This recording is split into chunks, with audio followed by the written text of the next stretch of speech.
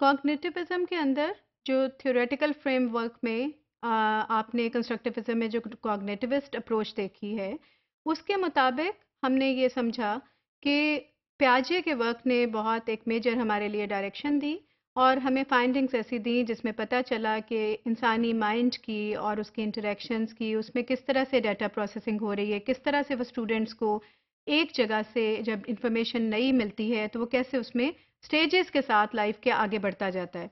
हाँ, different stages पे हमारे जहन में ये ज़रूर आता है कि इस पर्टिकुलर स्टेज पे इस तरह की कैरेक्टरिस्टिक्स, इस तरह का नॉलेज एज अ टीचर, उसके लिए हमें ये पता होना ज़रूरी है कि स्टूडेंट्स इस एज पे और इस स्टेज पे इस नॉलेज के लिए, इस एबिलिटी के लिए ज़्यादा बेहतर रिसिपिएंट्स हो सकते हैं। सो बिकॉज उनका ब्रेन बहुत उस वक्त उसके लिए एक रिसिपिएंट, एक्टिव रिसिपिएंट के तौर पे काम करता है, तो बहुत complicated situations certain age levels पर वो हैंडल करने के काबिल फॉर एग्जांपल नहीं होता, जो बिल्कुल इब्तदाई साल हैं। इससे जैसे जैसे लाइफ बढ़ती है वो कॉम्प्लिकेटेड सिचुएशंस को भी हैंडल करने के काबिल होता है। अब सवाल ये पैदा होता है कि इंसान के जो ब्रेन है उसमें अकॉर्डिंग टू पियाजेस वर्क वो ये सारा प्रोसीजर क्या इकट्ठा एकदम से क्लिक के फॉर्म में हो जाता है, जैसे कि आप कंप्यूटर पे एक क्लिक कर दें, एक क्लिक से आप स्लाइड चेंज कर दें या एक क्लिक से आप उस स्लाइड को वापस ले आएं, does it happen like this? या फिर क्या जब हम क्लिक करते हैं तो बज़ाहिर जो एक सेकंड के वक्फे के बगैर हमारी इंस्ट्रक्शन, कमांड हमारी प्रोसेस हो जाती है और उसका आउटकम हमें नज़र आ जाता है, क्या उसके पीछे कोई एक ऐसा अमल, कोई प्रोसीजर, कोई साइकिल, कोई डेटा प्रोसेसिंग सिस्टम, कोई मैकेनिज्म हमारे अंदर चल रहा होता है? उसके लिए पियाजे ने जो डिफरेंट हमें स्टेप्स बताए, उसमें इंपॉर्टेंट फैक्टर्स हैं असिमिलेशन एंड अकोमोडेशन के, जो कि इंफॉर्मेशन प्रोसेसिंग के आप समझिए कि दो इंपॉर्टेंट स्टेप्स हैं। Now what happens? What do we understand by assimilation? जब भी कोई इंसान किसी इंफॉर्मेशन को हासिल करता है, उसके सामने आती है अनकॉन्शियसली, कॉन्शियसली, उसके एफर्ट के नतीजे में, एक्सीडेंटली, वॉट,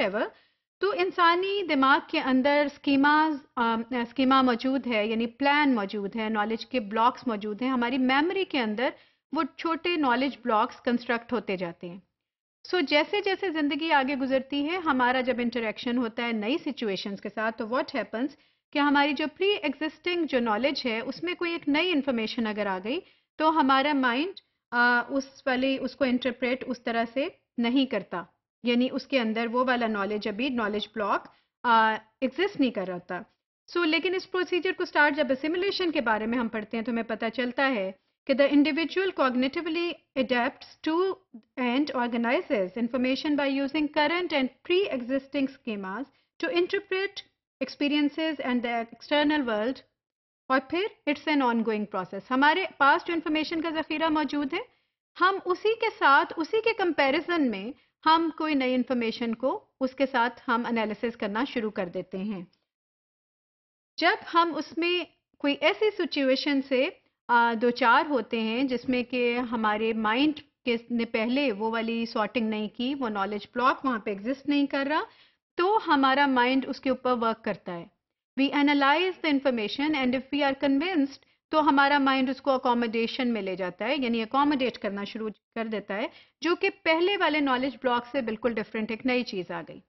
एक नई तरह की कैटलॉग, एक नई तरह की डायरेक्टरी या एक नई तरह का स्कीमा डेवलप हो गया, एक प्लान मुरतब हो गया कि अगर ये सिचुएशन है, इस तरह से हुआ, ये डिस्कशन हुई, ये वाकयात रूनुमा हुए, ये इंटरेक्शन हुआ, ये क्रिटिसिज्म आया, ये ओपोजिशन आया, what ever the situation which one may face in life, उसके मुताबिक उसको ये पता चलता जाता है कि इस सिचुएशन को हमने हैंडल कैसे करना, और एक नया नॉलेज ब्लॉक एग्जिस्टेंस में आ जाता है जो कि पुराने वाले ओल्ड स्कीमा से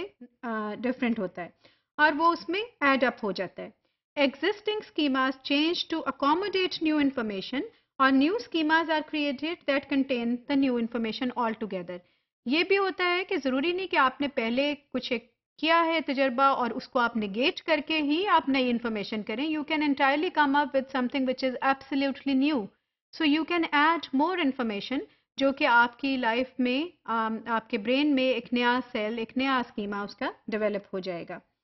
और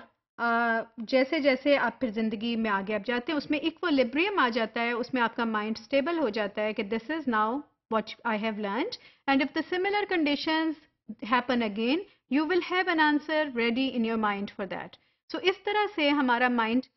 interact कर रहा होता है daily information processing में according to Piaget's work.